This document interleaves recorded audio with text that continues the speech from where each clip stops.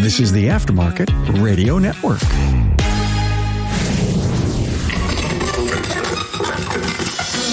Hey, Carm Capriato here, doing what I love to do, and I'm working my mission to advance the automotive aftermarket.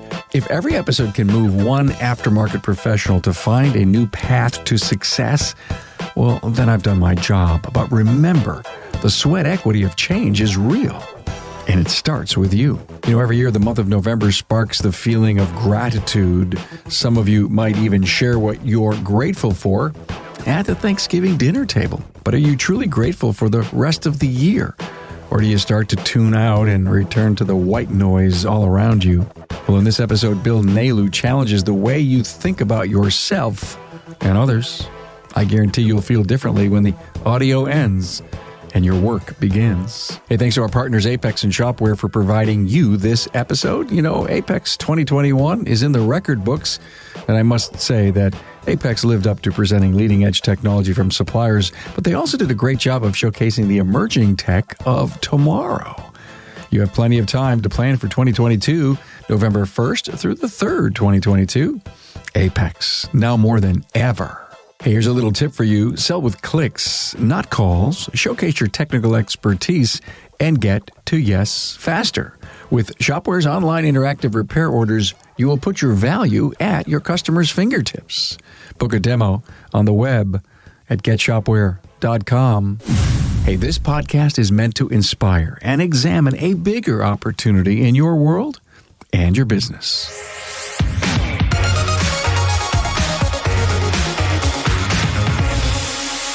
Hey, everybody. Carm Capriato, Remarkable Results Radio. It's that time of the year, Bill. Sure is. Favorite time of the year. Bill Nalu, Interstate Auto Care, Madison Heights, Michigan.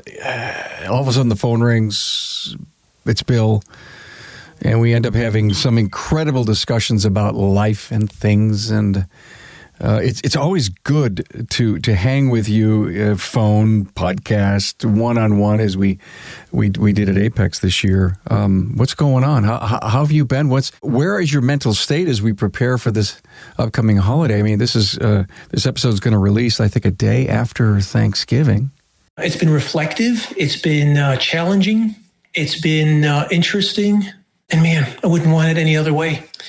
I couldn't pick a better time of the year to be in the middle of all that's going on. I mean, you look at nationally what's going on. You look at economically, politically.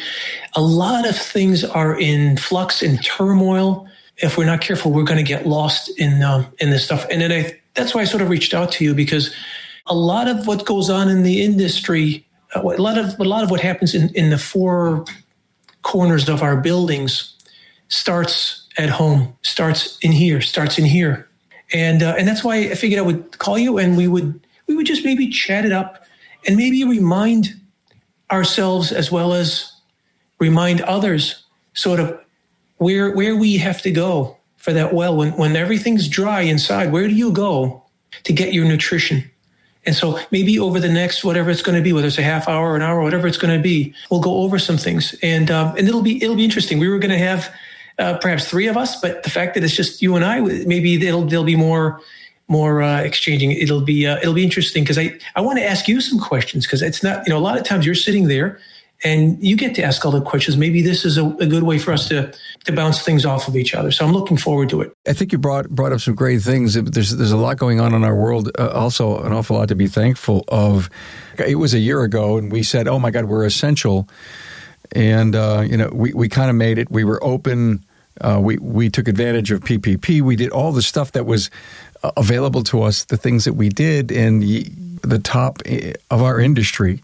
And I would hope everyone in our industry is growing to the degree that they're growing, building better and stronger customer relationships. I know there's a ton of people that have grown second, third stores, fourth stores this year. So there's so much wonderful. Again, I guess the point is there's a lot to be thankful for. And to your point, all the stuff that we see in the news, that we read in the newspapers, it's a distraction, Bill. And I know it's important to understand and to know and to maybe formulate an opinion or have something to put things in perspective. But we're running great businesses. We're employing tons of great people. I mean, listen, a friend of mine just bought a brand new vehicle. He calls me up last night and he says, I got to run this by you. This is something else. I don't know how to change the wiper blades. Now, the car only has 100 miles on it, but I was just kind of figuring it all out. He says, if I didn't read the book and jump in it, guess where the car owner wants to go back to figure it out? And in fact, he was telling me that you had to press the key and then hold something else on the dashboard that would have raised the wipers up a certain depth so that they could be changed. Where else do you go back to the dealer to figure this out? You know, we always say, Bill, that, the dealerships are our competition and we shouldn't be each other's, but sometimes we get in our own way. It's not the competition, it's our own mindset. And that's what I'd love to delve in on that. What are we grateful for? What do we have to do to enable ourselves to be greater leaders in our world around us? Not acting like the 16-year-old that just lost his first girlfriend and it's the end of the world, right? The whole world's coming to a crash and I can't believe, she left me, right? That's how we act sometimes as shop owners. I can't believe this person left me. I can't believe that I can't be why don't I have my second location? How come I don't drive a better car? How come I don't have a bigger house? And you start comparing yourself at your own peril, because that's just content coming at us. And all the while, we don't realize that we're literally walking on nuggets of gold. I'll give you a quick example. As late as yesterday afternoon, Michelle and I are driving down just a mile away from our house. As I'm driving, going at 50 miles an hour, this squirrel comes across this 2-lane road that we live off of, makes it halfway down the street. And now as I'm about 1/8 of a mile, the squirrel stops dead in the middle of the road as they normally do and sees traffic coming in one direction, sees me coming in the other direction and is paralyzed, doesn't know which way to go. By the grace of God, he makes it the other way. I slowed down enough. How I avoided not killing this squirrel, I don't know. But immediately, the first thing I thought of, Michelle was scared to death. She's like, oh my God, did you run him over? And I look over and he's scurrying away. And I thought, that is an epiphany. As a shop owner, when you make a decision to move forward with something, don't turn around and second guess yourself while you're in the middle of the road, because that you're surely going to get run over in either direction at that point in time. You're in no man's land. You're riding that fence. What you were just saying were excuses. It's tough to live a life when everything's an excuse. I get that epiphany because I see many shop owners, some of the best, the ones that you've interviewed, some of the incredible rock stars humble themselves and say, I'm having a challenging month, and I just want you to know you're not alone. I'm so eternally grateful for those men and women, because what they allow me to see is that I thought that they were better than me in every measurable way. Every KPI out there says that they're better than I am.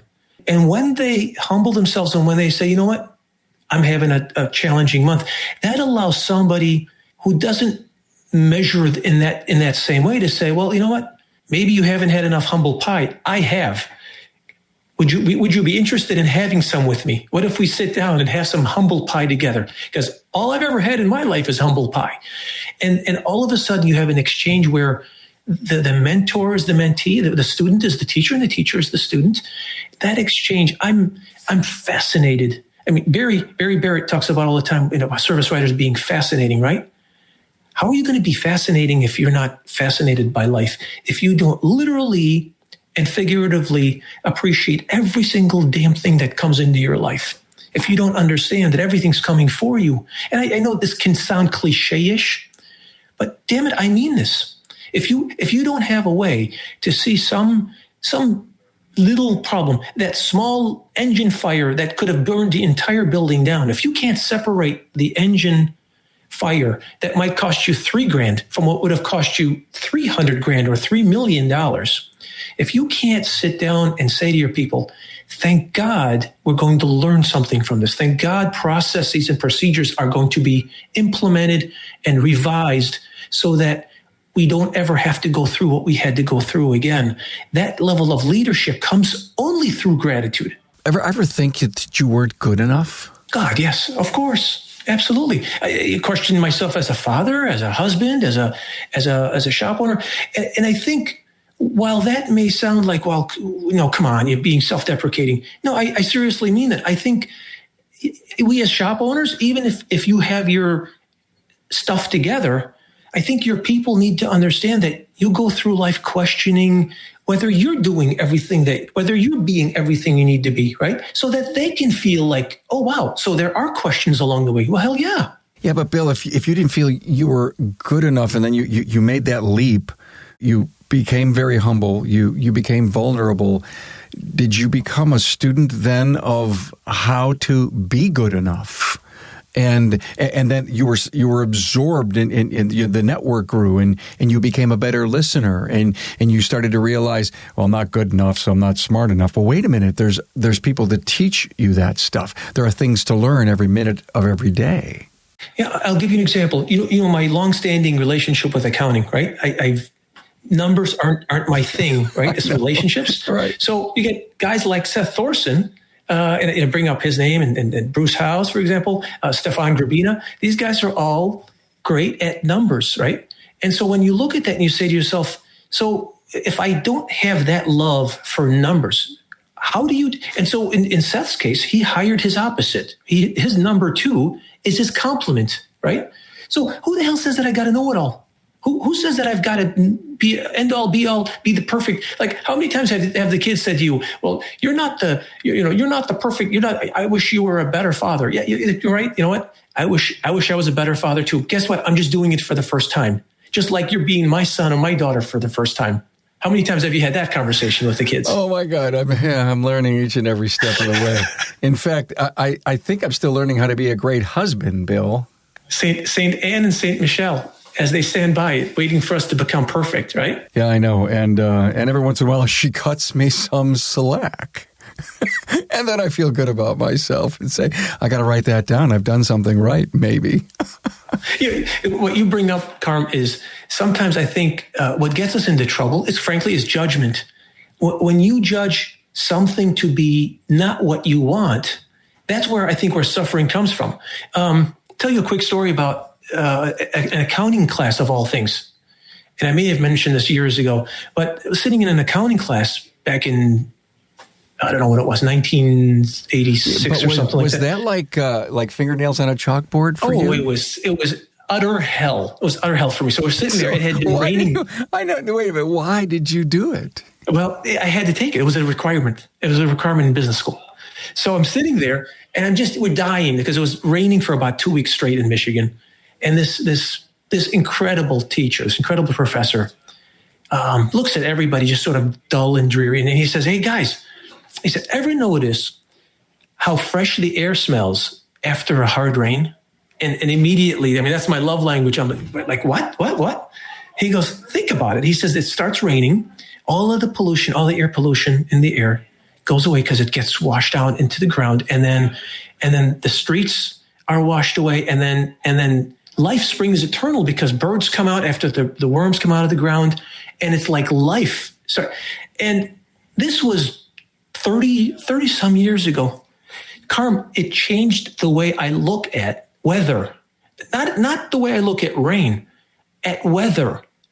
I no longer judge that sunny day to be, a lot of times people think, well, I want a perpetual, on Jamaican weather, 365 days a year. And there's nothing wrong with it. I don't want to judge that. But my God, how long can you stand that when every day you wake up and it's the same weather? It's the same weather. And I don't want to live life with one day after a day just being perfect. Every single day is just perfect. No, I want to be challenged. I want to be prodded. I want life to reflect back to me what I'm looking to be. So if I'm, for example, if I say I am a forgiving kind of person, life is going to provide me opportunities where I'm going to have to forgive somebody. If I say I'm generous, I'm going to be provided with opportunities where I'm going to have to demonstrate what it means to be generous, whether it's time, talent, or treasure, right? I have a toss it at me attitude, meaning, to your point, you get up every day. You got it laid out. Will it be routine? What interviews do I have today? Who am I talking to? I mean, you kind of set an agenda, but how many times does it go according to plan?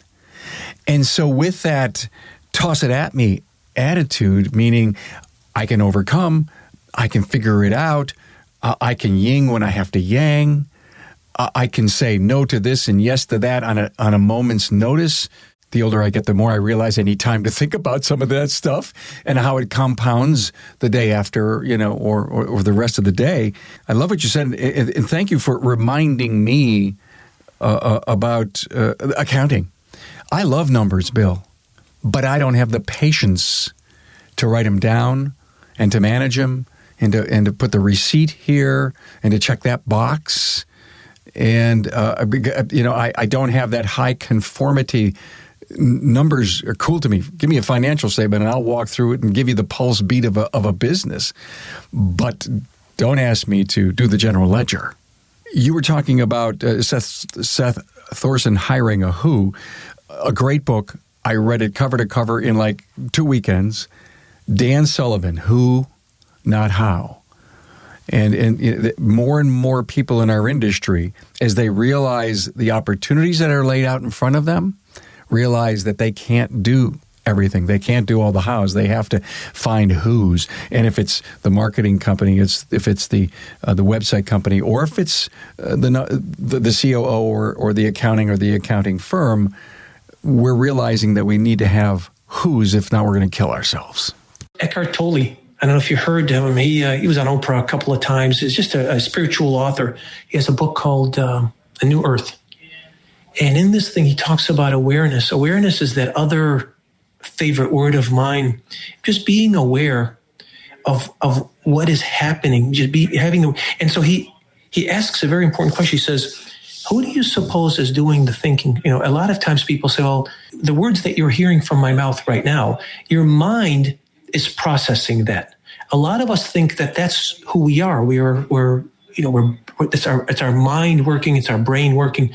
And he says, that's not your awareness. That's merely your that's not your consciousness, right? You're just having thoughts about it. He said, your awareness is the person who's aware that you're having a thought right now.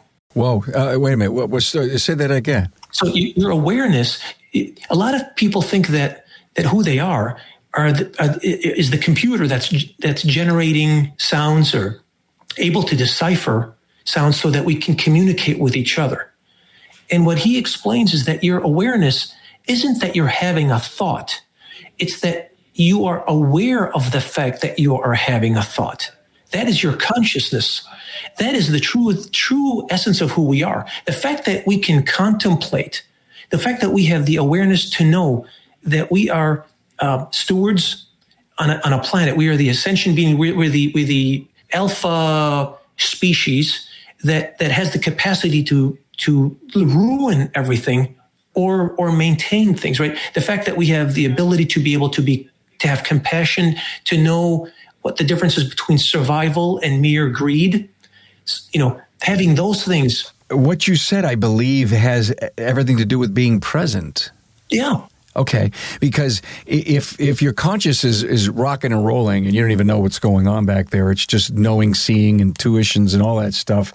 But if you're aware of that decision, that world around you, that means you're present. And I think so much of what we go to computers, social media for is for noise and not necessarily even being present in life, family, decisions that we need to make. Are we making decisions? Talk to the hand because the face ain't listening? I mean, well, the rest of the world's doing it, so I guess I'm going to. And it may not fit your situation because you're really not aware. It's going back to your point, awareness. I think it's powerful. And sometimes the entire world can be your oyster. And I'll just give you this example here. So Don Henley has a song. You know, Don Henley being one of the drummer of the Eagles. And he's one of my heroes. And so Don Henley, in his, I think probably in his late 50s, he gets married and he starts making a family. And he has an album called Inside Job, very, very powerful album. And in this album, he has a song called My Thanksgiving, appropriately enough. Listen to what he says along the way. This is middle of the song. He says here, "Now the trouble with you and me, my friend, is the trouble with this nation. Too many blessings, too little appreciation. And I know that kind of notion, well, it just ain't cool. So send me back to Sunday school, because I'm tired of waiting for reason to arrive. It's too long we've been living these unexamined lives." And the way I look at that and what it means in shop owner world, what's it going to take for you to feel like you've arrived? How much? Is it 3 locations? Is it 10? Do you have to own the world? I don't think any of that has to do with it. So, and what is it that, Jeff Bezos, God bless him, he deserves all the money in the world. How much? Is it $1 trillion? Do you stop when you get to $1 trillion? How good do you have to be at this thing that they call making money before you truly feel like you don't need to do any more than that? And we all have our challenges. We all have our little things. Like I'll full transparency. You know my story with this. I'm an immigrant. All I know how to do is work. The value I get is from work. There's only one thing that would ever pull me from work permanently and never have to look back. And that is if there was a life-threatening situation with somebody that means more to me than this world. You had something similar to that going on. And I don't want it to be that way. I want to learn from other people's second chances before I have to have a chance at my second chance. So those are the things that I try to learn from. Lessons are expensive when you have to pay for them as it is. Why not learn it from somebody else, right? Why not learn it from other wiser, slightly elder brothers and sisters that tell you balance. A little bit of balance isn't going to kill you. Carm here. Coming up, find out why it's important to wean yourself from the judgment of others and yourself. Carm here. Well, I can't say enough about the quality of instructors and the high level of technical and management training that was offered inside Repair Shop HQ during Apex 2021. Hey, it's in the record books, but the great news is that show organizers for Apex 2022 are hard at work again, assembling the best and the brightest instructors and the most timely and needed training for shop owners and technicians. And now watch for a robust schedule of training and product demos on topics such as engine performance diagnostic strategies, how to be an effective leader, wheel alignment and ADAS calibrations, controller area networks, and using social media to grow your business, just to name a few. With this caliber of training, make sure Apex 2022 is on your calendar. Now, that's November 1st through the 3rd in Las Vegas. And together, let's make 2022 the year of growing sales, profits, and productivity for your business. Listen here for more Apex 2022 training and registration information. I want to let you in on a little secret. Investing in a cloud-based shop management system could be the smartest purchase you make in 2021. Manual processes can really add up and cost your shop unnecessary time and money. Now, if you're writing out repair orders, you're wasting time. If you're chasing customers for approvals, you're wasting time. If you're manually calculating invoices or logging into multiple systems, you're wasting time. And if you're wasting time, well, then you're wasting money. Do me a favor, pull up Chrome, Safari, or whatever browser you use and type in getshopware.com. Click on the Book a Demo button in the upper right corner and check out Shopware's amazingly efficient software. Trust me, you won't regret it. Again, that's getshopware.com. I kind of like where this is going, and hopefully, as the listeners listening to us, you and I just doing if you will, a Thanksgiving gratitude episode that's going to come out on Black Friday. you're listening to this saying, well, what's this got to do about me growing my business? What's this got to do with gross margin? What's this got to do with hiring people? What's this got to do with the technician shortage? It has everything to do with you and your leadership and your family, your extended family, your business family, the relationship you have with your customers. And frankly, it's the relationship you have with the man in the mirror. How many of us are going to sit down at dinner and we've got our little things, we've got our relatives, whoever it is, the one that shows up late, the one that forgets to bring the food, the one that's going to disappoint you today to where you're going to say, I knew it, you see? I knew we shouldn't have invited them. We had no choice but to invite them, but here they are. They're going to ruin Thanksgiving for us. Toss it at me. Right, and all the while, this is the most important person in your life, reflecting back to you what the hell it is that you're supposed to let go, what you're supposed to surrender. Not surrender as a coward to where you run away from it, but a warrior surrender, the kind of warrior that says, I'm made of this stuff. How did I place this person in my life? Why did I invite this person into my life? Because they don't show up without it being set up this way, universally speaking. I set this up for myself to be disappointed. And whose fault is it?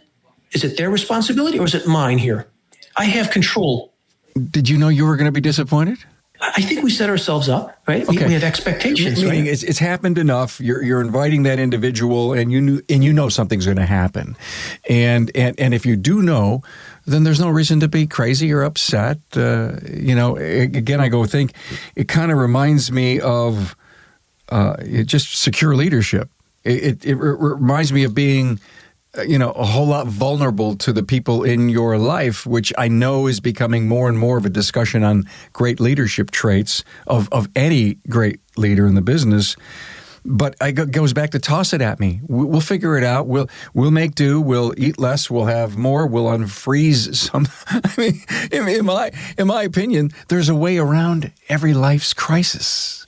What you're saying, we agree with each other rationally. But catch you or me when we're in our stuff, right? When we're so buried in the moment where nobody can reach us anymore, right? Your best friend says to you, Carm, you're in it, right? You're in it. You're doing it right now. And you're like, I don't want to hear it. This is not the time. This is not the time to be telling me this. So one of my things, you'll laugh here. One of my things is Michelle says to me, she says, you drive like an old man in parking lots and on regular surface streets, right? Because I've never been in an accident that was ever my fault. So once we get on the freeway, I turn into a different person because if somebody's in the left lane, I turn into Autobahn man, right? If you're in the left lane, that's a passing lane. And all of a sudden they get all uppity about, what are you doing? You need to, and I'll do some things that I'm truly ashamed of. And I should be ashamed of. And Michelle, being the therapist that she is, I thank God I couldn't afford a full-time therapist for the rest of my life. But she'll say, like, just look at this. What if this person is an elderly person and they just don't know? Like your mom or your dad, or like my mom or my dad. All of a sudden, compassion overflows. Why? Because now I've taken somebody I care about and placed them in that car.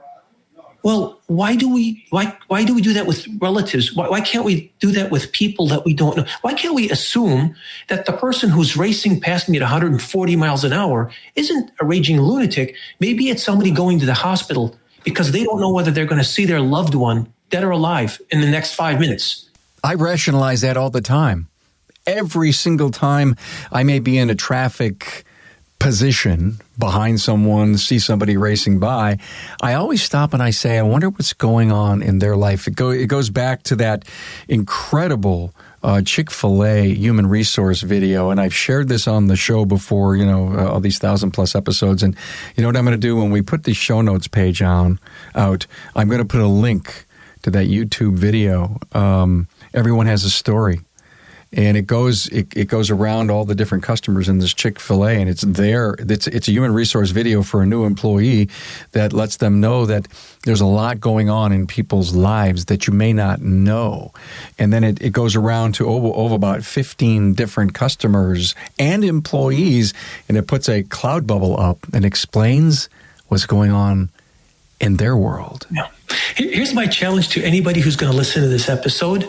After you hear this, hopefully you hear this right after Thanksgiving, but I would love to see in the show notes, whether it's in Facebook or whether it's on the website or whatever, I would love to see not the stuff that you've been, I was perfect. I want to know if you failed and you went in knowing that this person was going to trigger you. And in fact, you got triggered, but at least this time you had the awareness to realize, oh, wow, I'm watching myself acting like a 4-year-old right now.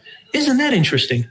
And that's the jumping off point. That's the beginning of resolving this for once and for all, is having the awareness to say, wow, putting yourself in that third person, almost like you're 10 feet above this and going, look at that. This is pretty interesting here. This person is this would normally affect me, but because I realize this is going on, it's not affecting me anymore like this. It's almost like you've seen the shell game. You've seen how the magic trick works. And you're like, oh, okay, I'm not going to be scared. I see this is just just a puppet. This is not a real monster. This is not a boogeyman. This is just a two-dimensional art. I love where this in the last 5 or 10 minutes has gone. Here I'm in the right lane. Somebody speeds past me at 90, and I put and if I'm not rational like me, and I don't want to empathize and try to figure out, well, what's that situation like? And I get crazy. And I pull up in the passing lane behind someone who's going 8 miles below the posted speed limit, trying to wonder, again, to the point, could it be there's situations behind why someone would maybe just lost someone, their mind, someone just passed or coming from the hospital, they lost their mind, they're not paying attention to driving, they're paying attention about the rest of their life, what are they going to do? And they have themselves in a bad situation. So here's my point about all that. What's in your heart and your mind? How do you get that, if it's negative or positive? How do you bring that into your business in a leadership role to all of your people? Because if you're not stable and you're acting like road rage inside your business, your people, they don't want to work there. But if you're like, toss it at me, we'll figure it out. Says, hey, well, this is fun. We can meet almost any challenge. Yeah. People want to work there. Yeah. Remember me telling you that there should have been a dozen times where the guy should have fired me and vice versa? Well, that's not hypothetical. This is the real deal. When you've worked with the same guys, when you've worked together for a decade plus, you kind of run into those situations where you think because you're the boss, you can fire somebody, and then they say, no. You're going to become an adult, and you're going to calm down after a little while, and then we'll talk about this later. To me, that's the epitome of culture. That's unshakable. You can't buy my people for more money. You're not going to buy them because they're going to have a bigger facility or they're going to work on things that might fly tomorrow. The people that I work with, the people that work with me, are the kind of people that I am. I'm not a fair weather friend. I'm here for the long haul. This is our shop. The higher these signing bonuses get, the more it becomes like my lonely Detroit Lions that always seem to overpay for free agents. Then they come on, these free agents do nothing, just as the team does nothing. They take their boatload of money and they go elsewhere. And so this is by and large what happens with shops that are going to overpay to pull somebody that is pullable. And then they pull that person, and 3 or 4 months later, when the signing bonus is expired or when they have all their money, then they move on to somewhere else, and then they become mercenaries at that point in time. And part of the industry is going to be that way. But to me, the shops that are going to be there, the shops that Seth Thorson runs, the shops that Bruce Howes runs, the shops that Stefan Grabina runs, those guys understand that I have to hire people that reflect me because the business reflects me. My value system is I hire specifically husbands who have kids who have just enough responsibility to where they can't just run off to Florida tomorrow and say I'm going to move to Hawaii, right? I'm going to go travel the world. There's something keeping them there. And there's nothing wrong with that. There's nothing wrong with having responsibility. There's nothing wrong with knowing that you have people that depend on you and that you're dependable, by the way, because you brought this onto yourself in a good way. You, as a spirit, came into this world saying that I'm a responsible person. I'm somebody who's dependable. I'm trustworthy. I'm generous. I'm loyal. And sometimes life presents itself in the law of opposites takes over because it's testing your resolve to be dependable and generous and all that. But the other part of that, the reward part of that, is that you have people that come in that are aligned with the same value system that you have. It's no accident that you and Ann have been together for the 3/4 of your life or more, right? That just doesn't happen without people genuinely giving to each other the stuff that sometimes they can't even give to themselves, right? Like, what is it? There's Mr. Rogers one time was accepting a Lifetime Achievement Award. I don't know why I can't find this on TV. It drives me crazy. I can't find it on the internet. And he says, if you want to feel love somebody into loving themselves. If you want respect somebody into respecting themselves. And he goes on, he does like 4 or 5 times. At the end of this thing, I'm like, I couldn't even keep a dry eye. It's just, those are amazing human beings that are trying to remind us that if you truly want to be grateful for your life, you've got to help people find that first. It happens first on the other side. Give away that which you don't think you have, and you get that back in return. I don't know how many wise teachers have said that throughout time. Thank you for that. Signing bonuses, you just mentioned that. Would you ever give a signing bonus? If there's an employee that says, this is what I believe I deserve, why in the world would I disagree with them? Why wouldn't I sit down and say, let me show you the books. Let me show you my side of this here.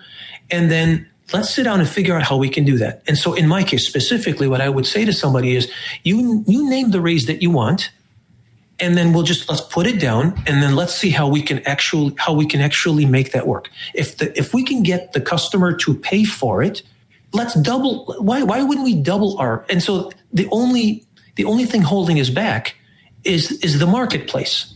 And so my question to myself, and then my question by extension to them, is help me to figure out how we can get $20 or $30 an hour more than our closest competitor. Because we're not talking about charging $160 an hour. We're talking about charging $20 difference. That's the gap. If shop A, who we can be better at, is charging $140 an hour, all we have to do is figure out how we can just get $20, how we can insert $50 more of value to the customer for $20 an hour more.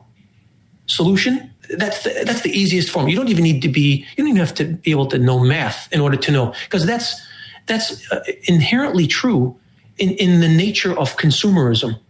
Somebody else does something else for me, and I'm willing to pay that extra. Look at what people pay for hair salons. People are paying. Somebody charging $500 for a haircut, and somebody charges $5 for a haircut. They do the same thing, but clearly this person that's cutting hair isn't doing a really $500 haircut. What in the world could you be doing for $500 when a barber does for $5? Clearly there's a difference. Somebody is paying this money because they believe that they're getting a $500 haircut. An artist that charges $50,000 for a painting and one that charges it, starving artist does it for $15. And they're replicas of each other. The guy is really good to the naked eye. You can't even tell the difference between these two pieces of artwork. But one guy's charging $50,000 and the other one's charging $50. What's the difference between these two? And I'm asking genuinely, sincerely, I don't know, because I'm not in the art world, but I sure as hell know in my business the difference between my $20 gap and somebody else is they're getting something that I guess that is tried and true, something that comes through that you can't fake. And that is a genuine care for somebody's welfare. And it might come through a digital inspection that says, I know you're prepared to spend $1,000 and you came to us because you wanted a cheaper price. But before you make that decision, let me show you how this thing has catastrophic. It's got a frame that's rotted out. They didn't show you that. I see. Okay. So the fact that they didn't show you that, I don't know why they didn't show you that, but this is why we do an inspection first. This is why why our inspection comes before we do any repairs. Even after you've authorized the repairs, we have to make sure that this vehicle is worth the money. From our standpoint, we know you might want to do that, but before we do that, let's make sure that this is a worthwhile investment, right? This is why you'll appreciate Interstate Auto Care as your vehicle repair center over anyone else, because we're going to care in depth. Very, very interesting. Are you guys open Black Friday? We will be, yeah. We'll be back on Friday. Yeah, what I typically do is Friday is we'll have turkey dinner, turkey lunch, whatever. And then I've got some accounts of ours that do a lot of referrals, that send us a lot of work. And that's the day that I'll go and deliver some of this stuff, because a lot of their employers don't do that for them. And so you schedule light, I bet. Yeah, it's all good. There's a lot of shops that close on Black Friday. Yeah, and here's the thing, Carm. I asked the guys, I said, would you guys rather close? And their answer was, no, it's okay. I mean, I checked with a couple of the guys, and the feeling around the room is, no, we just as soon come in a Friday, because let's face it, they're like I am. You know what? We've got the weekends off. To have 4 days off in a row, some of the guys are like, no, I just rather, we're worker bees. We're an ant farm. We work for the sake of, because that's our purpose, not because necessarily it's for the money, that's just who we are. Why is it that we don't hire we just hire like for aptitude? What about the attitude of putting in an honest day's work? What's wrong with somebody who says, I genuinely enjoy what I do? Like Frank Leutz, I talked to him a while back, I don't know what it was, maybe a year ago, and we were having a conversation about this idea that today's shop owner has to be golfing or fishing, in the Bahamas, whatever. Not that there's anything wrong with that, but there's nothing wrong with a shop owner peddling his fare, right? Being a peddler, that's what Frank always uses, the term peddler. To be a peddler means that you genuinely love what you do for a living. There's no shame in that, right? I love the word peddler, by the way. I always, when I grew up in this industry, I was always a peddler, because you're always selling. Basically, you're selling, you're building relationships, you're loving people, and you want those people to buy your goods, not someone else's. By the way, I got to tell you, that paragraph that you read on Henley was very powerful. So there's more? Yeah. So he goes on, he says, I've got great expectations. I've got family and friends. I've got satisfying work. I've got a back that bends. For every breath, for every day of living, this is my Thanksgiving. And then he goes on, he says here, have you noticed that an angry man can only get so far until he reconciles the way he thinks things ought to be with the way things are? Here in this fragmented world, I still believe in learning how to give love and how to receive it. And I would not be among those who abuse this privilege. Sometimes you get the best light from a burning bridge. I mean, it's not right that a poet should be able to put music to words like this. It's so unfair. And I don't mind saying that I still love it all. I wallow in the springtime. Now I'm welcoming the fall. For every moment of joy, for every hour of fear, for every winding road that brought me here, for every breath, for every day of living, this is my Thanksgiving. For everyone who helped me start, and for everyone that broke my heart. This is somebody who's done some living. I just call them up, and I'm looking at those words myself. My Thanksgiving, Don Henley. Very, very, very powerful. I could tell you were kind of a little emoted there. I've heard this song probably, 1,000 times, and it's like every single time I listen to that song, it's like there's another layer there. Maybe we use this Thanksgiving as a starting point to wean ourselves off of all of the judgment that we have centered around us, the judgment that we have coming toward us, and the judgment that we place on ourselves, and just let people that are gifted in word and in music turn on the music and turn off the damn news of the day. This morning's tragedy in Wisconsin, as if we don't have enough bad news going on out there. I consume it. I'm a political junkie. There's a part of me that thinks that I can save the world. let alone the country that adopted me. There's a place for that. There's a place where one person can do that in a community and among friends and what have you, and remind people sort of what's important. But sometimes you've got to take care of yourself. Sometimes you've got to find ways to de-stress, to decompress. And I find music where a tortured soul has gone through hell and back to remind you that you don't have to go there. Just take my word for it. We should do an episode with so many of my great friends in the industry on music. I know there's a lot of people that love music, and they'll post it. You know, what's the song that picks you up? What's the song that keeps you going? What's the song that reminds you of your first love? What's the song that reminds you of your great family? What's the song? Because it is amazing the power of music. When I say song, I mean the record, I mean the music and the words and everything that rolls together. Do you love metal guitar? Do you love strings? Do you love rock? It's just, and it is amazing to your point, and I'm so glad you kind of brought that up, of how that could be, don't take a pill, take some music. You want to straighten out your life, go to music. Don't go to some of these crazy things that are going on in our world. When I remember the lyric, you said that my back bends in Henley's Thanksgiving song, I thought of "Toss It At Me." Exactly what I was talking about a few minutes ago, right? My back bends, fine. My back will bend.